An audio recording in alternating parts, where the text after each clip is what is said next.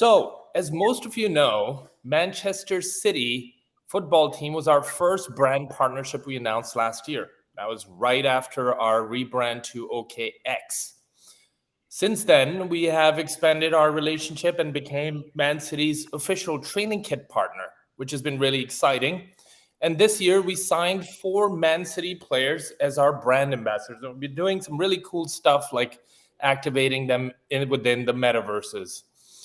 Man City has been on an absolute tear this year, and I'm so stoked to have Ilkay Gundogan, Man City captain and German national team player, join us for this live stream. Ilkay, you moved to Manchester City in 2016 after a successful stint in Germany.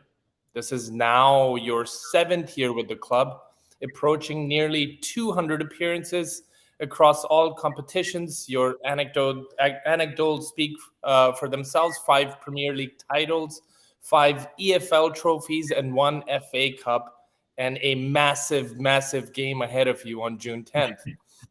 So, with the 10 vital days ahead of you, we're thrilled to welcome you as our brand ambassador here on this live stream.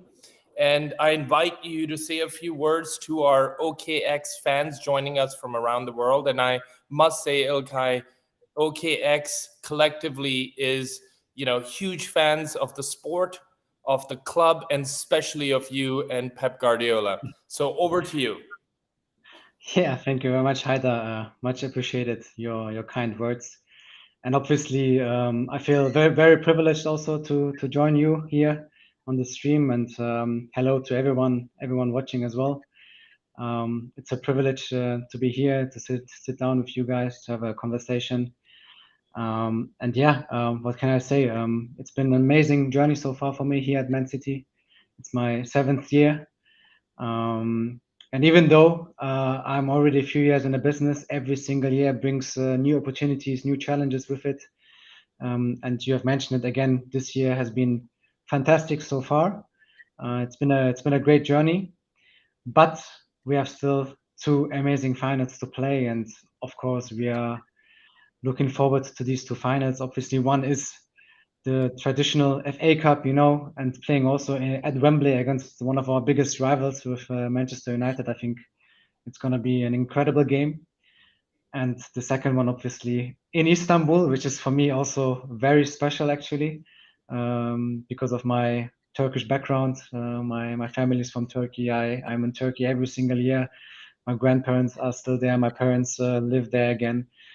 So obviously, a lot of family and friends will join to see an amazing Champions League final against Inter, which we will be hopefully winning. That's the biggest target. That's I think the only trophy in my career so far that I participated in and haven't won. So obviously, it would top my career up, and it would make everything so special. So thanks again for having me. I'm looking forward to that chat. Well, we are very thankful for you to make time in your busy schedule. So what we ended up doing for this session is we curated some of the top questions from our community that everyone's eager to ask you. So if you don't mind, I will dive right in. So let's Just start dive with the right first in. question. Great. So Premier League champions, now a UCL final on the horizon. We are excited to see you and Manchester City in Istanbul, of course. How are you feeling about your upcoming trip to Turkey? Well, in general, we feel very confident. I think we are a very experienced team by now. We have a squad or a base of the squad that has been together for several years right now. We have won a lot together. We have achieved a lot together. We have a manager that we trust 100%, that led us already to success in the past, and that will lead us also to success in the future. And obviously, we know that we play against probably very strong and very aggressive Inter side. But yeah, we want to win it. We want to get this trophy. We want to get our hands to that trophy. We've been very close a couple of years ago, playing the Champions League final in Porto against Chelsea. but unfortunately, it was not meant to be. So this is now a new opportunity, and we want to take it. Yeah, that's great to hear. And tell me a little bit about your football journey. What was it like, as a kid? Now, of course, in Turkey, most kids would dream about being in the position that you're in. We'd love to hear a little bit about your childhood and, how you think about the place that you're at today. Well, I grew up as a child of immigrants. My grandfather was the first one to come to Germany. I was born in Germany. He brought my parents then after a couple of years. So my brother, who's 2 years older, and me, we were both born in Germany. We grew up together. We went to school there, and every summer we used to go to in the school holidays for 6 weeks to Turkey. To visit the grandparents from my mother's side, to visit the rest of the family.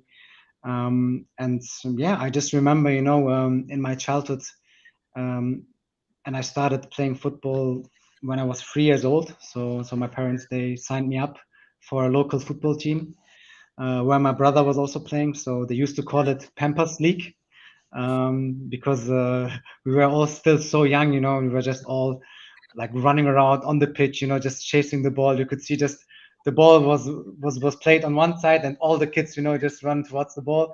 Then someone kicked the ball to the other side, and all the kids were just running behind the ball, from right to left, left to right all the time. So it was quite funny, but yeah, I grew up just playing football. Especially after school, I've done my homework, and the first thing was my brother and myself take the ball, go to the backyard, where we had like garages, several garages, and just hit the balls, through these garage doors until our parents were screaming at us, to get inside early in the evening. So yeah, I had an amazing childhood. I grew up just with and around football, and I think also that's part of the reason why I made it, and why I was able to play now, and still able to play on such a high level. That's great, and I love the name Pampers League. Were the players actually wearing Pampers in this league? Maybe I don't remember, to be honest. I need to ask my parents, but the Yeah. probability is there definitely. When you were a child, what was your favorite team, or what was the team that you supported? Well, I supported Galatasaray Istanbul. My whole family is red and yellow. Um, my mom is the only one who's actually a Fenerbahce fan, so she had it always quite difficult, especially on derby days when the whole family would get together, to watch the games. So yeah, I remember in my childhood, I had several shirts of Galatasaray. I used to sleep, in all my Galatasaray kit. Um, so yeah, I grew up. I grew up, as I said, yellow and red. Well, that's great to hear. I was in Turkey for the first time a few weeks ago, and I was in Istanbul, and I learned a lot about the history of Turkey with sports. And I was quite fascinated. Even when you think about something like basketball, I heard that it had one of the first basketball teams in Galatasaray, I think, in that particular club. I ended up going to the stadium, which was really cool, and so that's great to hear. Are you interested in any other sports? We know that you have a cousin, Naz, is a famous volleyball player. But when you're free, when you're not playing football, is there another sport that you really gravitate towards? Well, and generally, I watch a lot of football. I have to say, I like to watch not just Premier League, different leagues. Obviously, still watching the Bundesliga. In Germany, I like to watch Spanish, Italian league, throughout everything actually. From time to time, I enjoy to watch also the NBA, especially right now. When they're the playoffs and the finals. It's just sometimes the time difference. It's just sometimes so late that it's quite difficult. And then actually, I wouldn't watch also the next day the highlights. So if I watch, I always prefer to watch live. Super Bowl is quite a big thing, I would say, also here in Europe. So so I always try to watch also the Super Bowl, every single year. Um, and a part of that, honestly, it might sound now a little bit weird, but I actually enjoy watching snooker. Huh. I'm a big snooker player, by the way. Really? I mean, I played a couple of times. It's really difficult, but I don't know. Yeah. It's sometimes on TV, and I would just randomly, like go through all the television channels, and then when it's on, I would just say like, okay, yeah, let me watch it. And it really doesn't matter who plays. I don't know. It just calms me down. It's just I don't know. Yeah. It's just such a precise sport, that I really enjoy watching. That's great. I grew up in Pakistan and we played a lot of snooker there. And then I came to college in the US and I cleaned up all the pool tables because it was just so easy after playing snooker. That's good. Maybe one day we'll play together. So Yeah, let's during see. your career, Ilkay, this is a question I really wanted to ask you, and the community wants to hear from you. Is there one moment that you would close your eyes and say, you know what, I will not forget that moment? At my time here at Man City, you mean? Sure. Yes. I mean, there are many standout moments, I guess, but of course, there's one from last year. Last game of last year, Yeah. playing that Aston Villa game at home. I Yeah. think just the way it turned out to be. The drama, the emotions, and then obviously for me personally, scoring these two goals. I think it just has to be that one. And it was just also for me personally so overwhelming that day. I couldn't really realize what happened until probably, I don't know, a couple of days later. Everything went just by so quick, all the emotions. But yeah, now looking back, it still gives me goosebumps. And it was just a wonderful experience. I have to admit, as you started to say that, I started getting goosebumps. I was at that game with you guys last year, and the comeback was just so special. It was just, it's at least a moment for me I will not forget. So it's great to hear it's one of I your mean, I top mean, moments. there's this favorite Aguero goal, from I don't know, more than a decade ago, I think, right now. I mean, even me, I was not even close to be part, of the club, but watching it now on TV, and seeing it, even then, I still get goosebumps. And then imagine, one day, I mean, I wouldn't compare it. I don't think it was as great as maybe the Aguero moment, but it was close, I guess. And then imagine, being a big part or playing a big part yourself, in such a dramatic on such a dramatic day. I think it's just something very special, and the whole atmosphere in the whole stadium was just incredible, and it's probably something we all will never forget again in our lives. I can attest to that. It was one of the most special moments I've experienced together. And what an incredible year last year. So, last question for you, Ilkay. What do you think about Turkish football? I know it's a broad question, but we're keen to hear what you think about the Turkish football scene.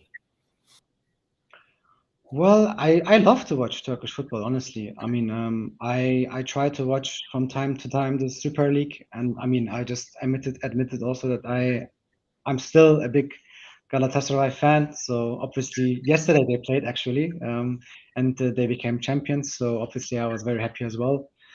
But I also watch other teams. I watch especially also teams where former colleagues, play, where people that I know play. Um, so I'm really enjoying it. And for me, the biggest thing actually is when Turkish teams play in Europe. I think these are days I honestly mark also in my calendar, because I'm really looking forward, to see Turkish teams, Turkish players competing, yeah, with Europe's elite. And I wish that more and more Turkish teams will participate, especially in the Champions League, but then also will be able to go far in the Europa League, in Europa Conference League. I'm really looking forward to that, because I think the people in Turkey deserve a moment uh, like Galatasaray winning the UEFA Cup. back in the days. I think Turkish football, the Turkish people deserve such a moment again. And I'm looking forward to them competing, not just in the Turkish Super League, also in the European leagues for the next few years. And they can be sure that they always have my support. That is incredible. And I agree with you. There's such rich sports history in Turkey that I think it certainly deserves playing with the elites in Europe. And both you and I look forward to that.